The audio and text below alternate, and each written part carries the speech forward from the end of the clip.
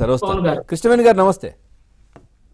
Sir Pawan గారు నమస్తే అండి. మీకు అలాగే ప్యానెల్ ఉన్నటువంటి రఫీ గారికి సైదా గారికి కూడా నమస్కారం. ఏబిఎన్ వీక్షకులకు కూడా నమస్కారం. ఏం చెప్తారు అంటే పూర్తిగా కంచె ఏదైతే ఉందో దాన్ని తొలగిస్తున్నారు అనే అయితే కనిపిస్తా ఉంది పూర్తిగా.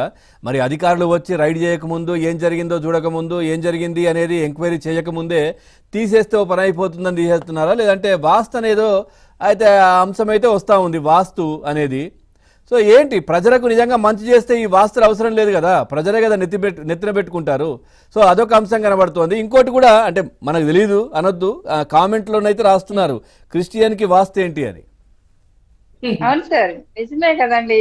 గుడికి వెళ్తే ప్రసాదమే తిన్నటువంటి వ్యక్తులు టిష్యూ పేపర్ లో చుట్టేసేసి పక్కన పెట్టేస్తారు. ఇలాంటి వ్యక్తులు వాస్తుని పాటించడం అనేది కూడా ఒక ఎలా ఉందంటే హాస్యాస్పదంగానే ఉంది. అంటే ఇక్కడ వాస్తు అనేది చెప్పడం మాత్రమే, పూర్తిగా ఉన్నది భయం. ఆ భయంతోనే తీసేస్తున్నారు అంతేనా? అంతే సార్. ఇంకో విషయం ఏంటంటే సార్, ఇక్కడ వాస్తు ప్రకారం కూడా ప్రభుత్వ దాన్ని వాస్తులు పాటించేటువంటి వ్యక్తులు ఎవరైనా ఉన్నారంటే కనుక అది ప్రభుత్వ ధనంతో కాకుండా జగన్మోహన్ రెడ్డి గారు వాళ్ళ నాన్నగారు ఇచ్చినటువంటి డబ్బులు ఖర్చు పెట్టుకున్న కంచి ఎంచుకుని ఉంటే కనుక ఆయన వాస్తు ప్రకారం ఏం చేసుకున్నా సరే కానీ ప్రభుత్వం అర్చిస్తుంది, అలాగే ప్రజలు కూడా అర్చిస్తారు.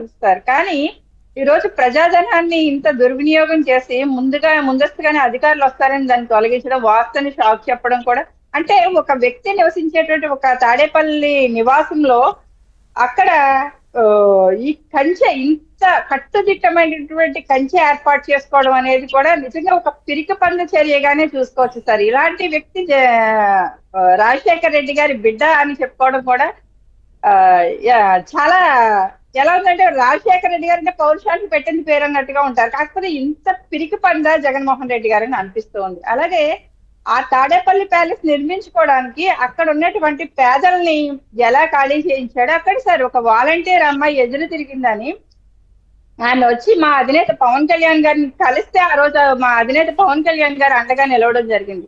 ఆ తర్వాత ఆ అమ్మాయి ఒక అన్నగారిని తీసుకెళ్లి ఆ నెక్స్ట్ రోజుకి శవాన్ని అప్పచెప్పారు సార్. ఆ అమ్మాయి బ్రదర్ ని కూడా చంపేశారు. అంటే వీళ్ళు ఎంత దుర్మార్గమైనటువంటి పరిపాలన చేశారన్నది కూడా ప్రజలకి తెలుసు.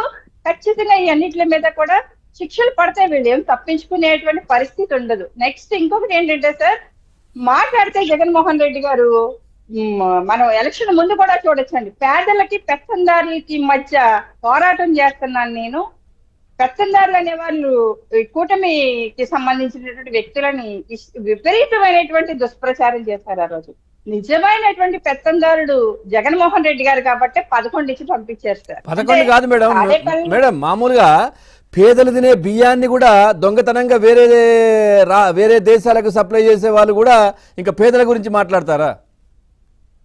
అదే సార్, పేదలకి పెత్తందారులకి మధ్య వారు అని చెప్పేవారు సార్. ఇవాళ పేదలకి పెత్తందారుల మధ్య వారు అంటే కనుక మనం చూసుకోవాలి సార్. ద్వారంపూడి చంద్రశేఖర్ రెడ్డి అనేటువంటి వ్యక్తి ఇక్కడ ప్రెస్ మీట్ పెట్టి ఏ విధంగా మాట్లాడుతున్నాడు, ఎంత దురాహంకారంతో మాట్లాడుతున్నాడు.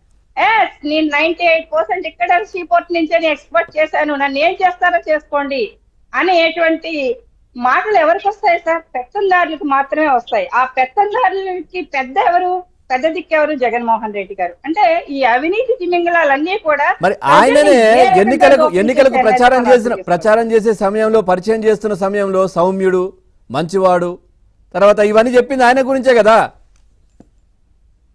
ఎస్ సార్, అదే చెప్తున్నారు సార్. ప్రతి దువ్వాడ శ్రీనివాస్ గారి దగ్గర నుంచి అందరినీ కూడా వీళ్ళు చాలా సౌమ్యులు, చాలా మంచి వ్యక్తులు, వీళ్ళంతా లేరు. జగన్మోహన్ రెడ్డి గారు కూడా చెప్తున్నారు కదా, నా అంత అతి మంచోడు లేడు, నా అంత అతి నిజాయితీ పరుని కాబట్టే నేను ఇలా అయిపోయానని చెప్తున్నారు సార్. కొన్ని రోజులు పోతే నీతికి నిజాయితీకి బిస్కెట్ రంగు ప్యాంటు వైట్ షర్ట్ వేస్తే సేమ్ నాలాగే ఉంటుందని చెప్తారు సార్ జగన్మోహన్ రెడ్డి గారు. అంటే వినేవాళ్ళు ఉన్నంత సేపు గొర్రె పురాణం చెప్పిందని చెప్తారు సార్.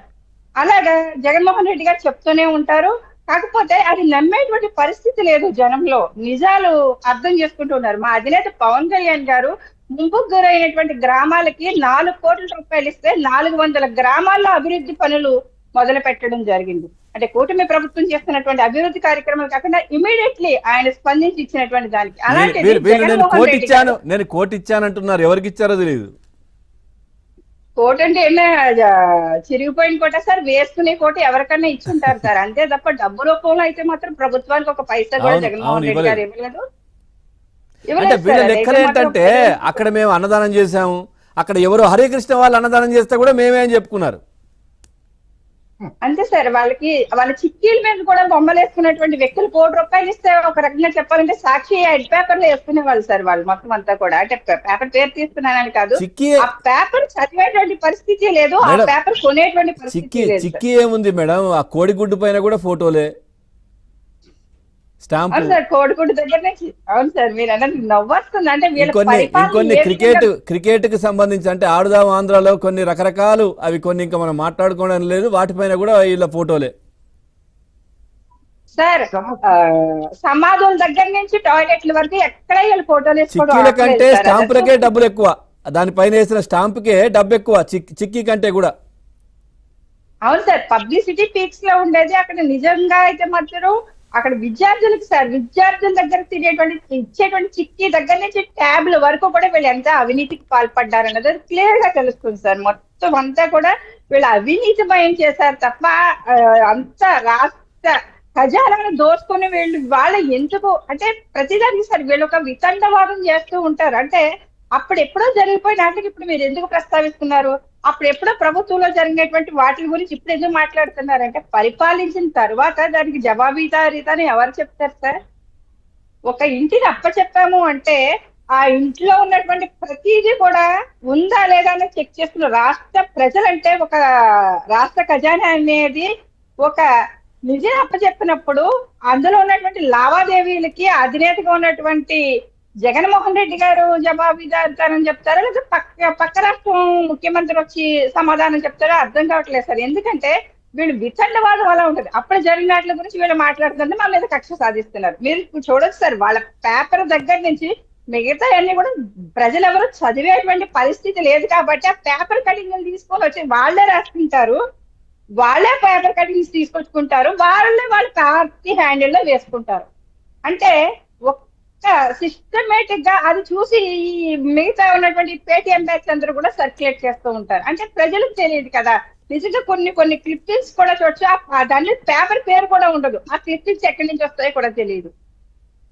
అంటే వీళ్ళు అబద్ధాలను సృష్టించడంలో బాగా డెట్టలు సార్ వైసీపీ వాళ్ళు అనేవాళ్ళు. వైసీపీ జగన్మోహన్ రెడ్డి గారి దగ్గర నుంచి వాళ్ళ బ్యాచ్ అందరూ కూడా అవాస్తవాలను సృష్టించడంలో, దాన్ని ప్రొజెక్ట్ చేయడంలో మాత్రం ఖచ్చితంగా వీళ్ళు చాలా దిక్కులు. అంటే కొన్ని పత్రికల మీద కావచ్చు, కొన్ని ఛానల్స్ మీద కావచ్చు, నిత్యం దుమ్మెత్తి పోస్తూ ఉంటాడు జగన్మోహన్ రెడ్డి. అంటే వాళ్ళ నిజంగా పరువు నష్టం దావా వేయాలి అంటే తప్ప సామాన్యుల దగ్గర నుంచి అసామాన్యుల వరకు కూడా వాళ్ళ పేపర్ మీద, వాళ్ళ టీవీ మీద కూడా పరువు నష్టం దావా వేస్తే జగన్మోహన్ రెడ్డి గారు ఆస్తులు అమ్ముకున్నా సరిపోదు సార్. ఎందుకంటే అంత అసత్యాలు ప్రచారం చేస్తారు మనుషుల మీద, ఆడబిడ్డల మీద, రాజకీయ నాయకుల మీద. మా అధినేత పవన్ కళ్యాణ్ గారి మీద ఎన్నో సార్లు వాళ్ళ టీవీలో టెలికాస్ట్ చేసినటువంటి పరిస్థితి. అంటే మీ వరకు వచ్చేటప్పటికి ఒక న్యాయం, మిగతా వాళ్ళకి వచ్చేటప్పటికి ఒక న్యాయం. ఇది ఎక్కడ రూల్ సార్? ఇది వైసీపీ రూలా? రాజారెడ్డి గారు రాజ్యాంగంలో రాశారా ఈ విషయాన్ని? అంటే సామాన్యుల దగ్గర సార్ అనేక సందర్భాల్లో మేము దాన్ని ఒప్పుకోనప్పటికీ కూడా మాకు అలాంటిది జరగలేదండి, అలాంటి ఏమీ లేదన్నప్పుడు కూడా, మాకేం అవమానం ఏం జరగలేదు, అది మా పార్టీకి సంబంధించిన విషయం అని చెప్పినప్పుడు కూడా మా పర్మిషన్ లేకుండా వాళ్ళ టీవీలో టెలికాస్ట్ చేయడం రైట్ అండి.